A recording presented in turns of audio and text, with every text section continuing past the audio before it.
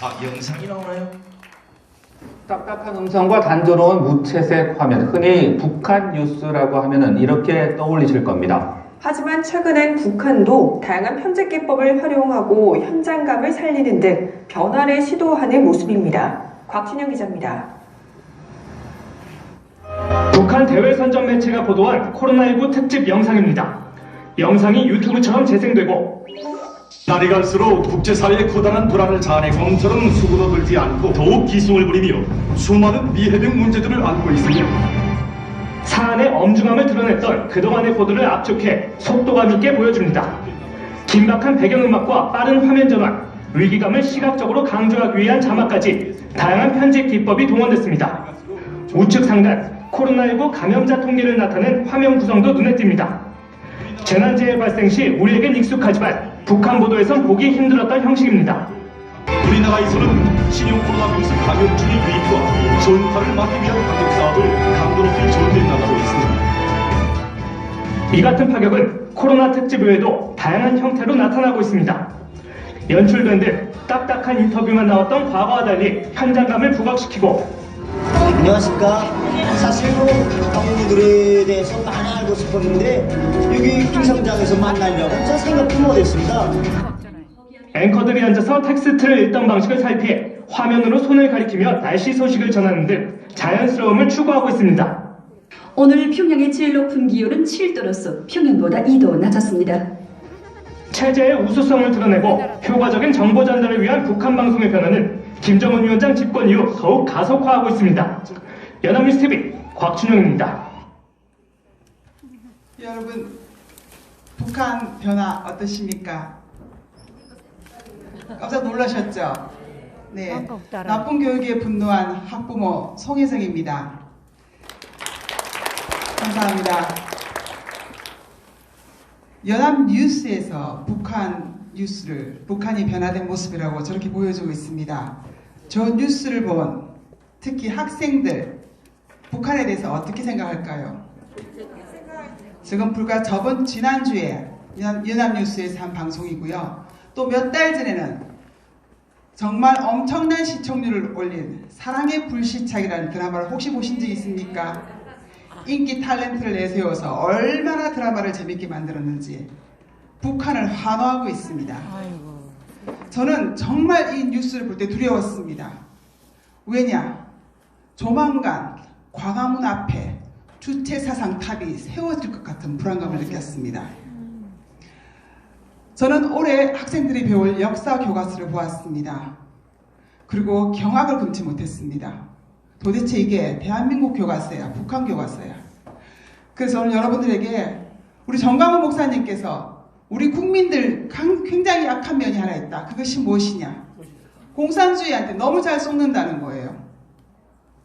근데 여기 얼마 안 계시지만 유튜브를 보시는 우리 애국 시민들은 이 영상을 보시고 지금 아까 우리 손상대 선생님께서 영상을 보시더니 이게 뭐야 하시는 표정으로 보시더라고요. 말도 안 되는 영상을 바로 알아차리신 거죠.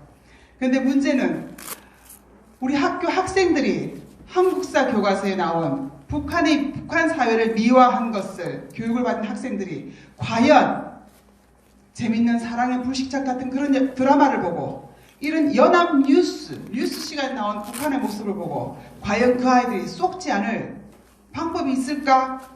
저는 무척 걱정이 됩니다. 그래서 여러분들에게 도대체 학생들의 역사 교과서에서는 어떻게 북한이 미화되어 있는지 소개를 좀 해드리려고 합니다. 역사 교과서 별로 보신 적 없으시죠? 아이들 교과서. 그래서 제가 대신 조금 말씀해 드리겠습니다. 학교에 한국사 고등학교 교과서는 8종이 있습니다. 8종의 역사 교과서를 저희가 한번 훑어봤습니다. 훑어봤더니 북한에 대해서는 일단 사진이 좋습니다. 사진이 깔끔하고 좋고요. 북한 사회의 발전이라고 제목을 붙이고 사회주의 도시 평양 해서 평양을 파노라마로 아주 그 전경을 멋지게 사진이 들어가 있습니다. 그리고 평양의 장마당, 이건 무슨 백화점이에요. 물건도 너무 많고 사람도 너무너무 사람이 많아요. 그리고 평양을 활보하는 택시, 그리고 평양 시민들이 사용하는 핸드폰, 이것을 북한 사회의 모습이라고 보여주고 있습니다. 그리고 그 장마당과 그 택시에 있는 그 글귀는 더욱더 재밌습니다. 지금 북한에서는 변화되고 있다. 시민들의 편리를 위하여 백화점이 늘어나고 있고 고급 식당이 늘어나고 있다. 이렇게 쓰고 있습니다. 이게 역사 교과서입니다. 아이들이 배우는 교과서에 이렇게 되어 있다는 겁니다. 그런데 우리가 알고 있는 북한의 실상, 북한의 도발, 핵실험, 그리고 정치범 수용소와 같은 세계 최악의 인권이 유린당하는 것들은 일절 말하고 있지 않습니다. 굶주림을 못 이겨서 어린아이들이 거지가 되어서 꽃제비가 된다든지, 굶주림을 못 견뎌서 중국 국경을 넘어가서 거기서 처참하게 인신매매를 당하고 성폭행을 당하고 있는 북한 여성의 인권에 대해서는 일절 말하고 있지 않습니다. 그리고 문재인과 김정은이 판문점에서 악수를 하면서 환하게 웃는 모습을 대문짝만한 사진으로 교과서에 싣고 있습니다.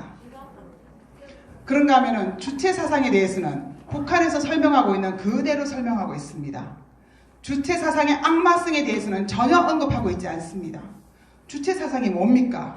김일성을 우상화하고 김일성을 신격화해서 어떠한 이견과 어떠한 반대도 받아들이지 않으면서 전 세계 역사상 유례가 없는 전체주의 독재 이념 아닙니까? 이 이념 속에서 우리 지금 북한 주민들이 어떻게 되어 있습니까? 생지옥과 같은 생활을 하고 있습니다. 그런데 이렇게 북한을 미화하는 이런 교과서로 우리 아이들에게, 우리 학생들에게, 살아난 학생들에게 북한의 이 김일성 주체 사상이 결국 사람을 우리의 사회를 생지옥으로 만들어가고 이끌어가고 있다는 것을 어떻게 교육을 할 수 있단 말입니까? 북한이 어떤 나라입니까? 김일성을 신격화하고 김일성을 우상화해서 결국은 세계 노예와 지수 1위인 나라가 바로 북한입니다. 그런데 이렇게 북한을 미화해서 가르치고 이런 식의 뉴스를 보여주고 이렇게 하는데 어떻게 우리 아이들이 공산주의를 한다 그래도 속지 않을 수가 있겠습니까? 우리 정신 바짝 차려야 되겠습니다. 그런가 하면은 도대체 우리 대한민국에 대해서는 어떻게 소개하고 있냐? 대한민국 대통령은 전부 독재입니다. 이승만 독재, 박정희 독재, 전두환 독재, 40년 군부 독재, 전부 독재. 그래서 남한을 설명할 때는 독재란 단어를 8개의 교과서에서 27번을 사용하고 있습니다. 그러나 북한을 설명할 때는 독재라고 하지 않습니다. 유일체제. 그래서 이번에 하도 난리를 치니까 이번에 8개 교과서에서 그 독재라는 단어를 3번을 썼는데 그것도 애매모호하게 해서 독재라는 단어를 3번을 쓰고 있습니다. 그래서 이승만과 박정희 대통령은 김일성, 김정일, 김정은보다 더 못한 대통령으로 되고 있습니다. 제가 그 교과서를 보면서 어떤 생각을 하는지 아십니까? 도대체 우리의 주적이 누군가? 그 교과서에 나타난 주적은 이승만이었습니다. 이게 도대체 북한 교과서입니까? 대한민국 교과서입니까? 그런가 하면은 우파 대통령들은 전부 범죄를 만들어놨습니다. 이승만은 국민에게 이끌려서 하야당하고, 박정희는 부하에게 총살당하고, 전두환과 노태우는 반드시 제수복을 입은 사진을 내놓고 있습니다. 그런가 하면 박근혜는 탄핵당하고, 그런데 김대중, 노무현, 문재인은 항상 김정일, 김정은과 서로 화해하고 단합하고 웃고 만세를 부르고 그래서 남북 화해를 이끌어내는 그러한 모습으로 전부 다 그려지고 있습니다. 이 교과서로 중학교, 고등학교 10대 때 처음으로 나라의 역사를 배우는 아이들이 이 교과서로 배우고 나온 아이들이 과연 국가에 대한 애국심이 생길 수 있다고 생각하십니까? 그리고 우리가 자랑스럽게 배워왔던 방공 교육을 얼마나 혐오를 하고 있는지 모릅니다. 이 방공 교육이 바로 독재의 수단으로 사용되었다고 아주 혐오하면서 서술하고 있습니다. 거기다가 우리의 이 눈부신 발전, 6.25 전쟁을 치르면서 최빈국에서 세계 10대 강국으로 올라선 이 눈부신 경제 발전에 대해서는 거의 언급하지 않습니다. 조금 언급해도 반드시 따라오는 말이 있습니다. 그러나 정경유착, 재벌, 달동네, 농촌 파괴, 노동자 착취 이런 식으로 부정적인 것으로 뒤에다 깔아서 도대체 이게 경제 발전이 자랑스러운 건지 부끄러운 건지 구별도 못하게 쓰고 있습니다. 세계사에 큰 업적을 남긴 88올림픽, 한강의 기적 이런 것들 전혀 언급되어 있지 않습니다. 그리고 다른 나라에서까지 수입해 간다는 그 자랑스러운 새마을운동, 이 새마을운동은 거의 조롱거리가 되어 있습니다. 한 예를 들어볼까요? 미신을 타파한다면서 미풍양속을 훼손하고 이따위로 쓰고 있습니다. 그리고 농촌 경제에 별로 도움이 되지 않았다. 그나마 몇 줄 쓴 것을 이런 식으로 쓰고 있습니다. 이거를 우리 아이들이 지금 교과서로 배우고 있다는 것입니다. 그런데 그 교과서를 또 정교조 교사가 가르치면 또 어떻게 가르칠까 생각해도 정말 끔찍합니다. 그런데 우리가 지금 이 교과서를 피할 수가 없는 거예요. 우리는 아이들을 학교에 안 보낼 수가 없어요. 이 교과서를 아이들 배워야 돼요. 우리는 정말 원하지 않는 교육이에요.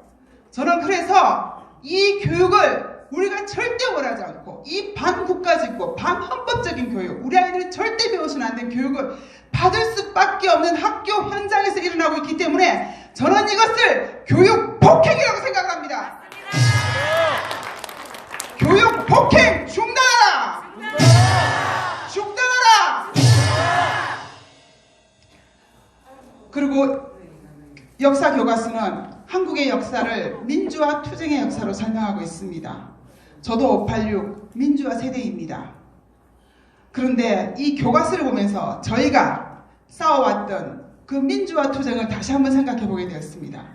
교과서에 나타난 민주화, 도대체 우리는 어떤 민주주의를 위해서 싸워왔던가? 저는 분명히 자유민주주의, 자유대한민국을 위해서 싸웠습니다.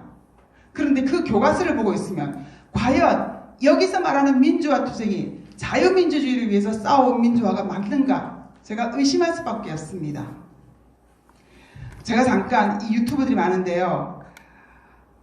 제 친구들도 이 유튜브를 많이 시청할 것 같습니다. 그래서 유튜브를 빌어서 제 친구들에게 몇 마디 하고 싶습니다. 친구들아, 우리도 민주화를 위해서 열심히 싸웠다. 그런데 지금 이 시점에서 우리 자녀들이 배우는 교과서를 보니 내가 싸운 민주화가 자유민주주의를 지키기 위한 민주화였는지 인민민주주의를 지키기 위한 민주화였는지 분명히 해야 될 때가 온 것 같다. 만약에 우리가 자유민주주의를 위해서 싸운 민주화라면 지금 공산화되고 있는 이 나라를 바라만 보고 있을 수는 없지 않는가? 공산주의와 싸우지 않는 자가 어떻게 자유민주주의를 지키기 위한 민주화 투쟁을 했다고 말할 수 있겠니? 한번 우리가 여지껏 싸워왔던 그 민주화 투쟁에 대해서 한번 깊이 생각해보고 만약에 우리가 자유민주주의, 자유대한민국을 지키기 위한 민주화 투쟁을 한 진정한 민주화 투사들, 민주화 세대였다면 지금 나라가 공산화되어 가고 있는데 어떻게 우리가 이 나라를 지키기 위해서 나오지 않을 수가 있겠니? 우리 자녀들에게 이 잘못된 자녀들이 이 교과서를 읽고 우리가 민주화 세대였다고 말하면 우리 자녀들은 분명히 부모님들은 인민민주주의 공산화되기 위해서 싸워왔던 것입니까?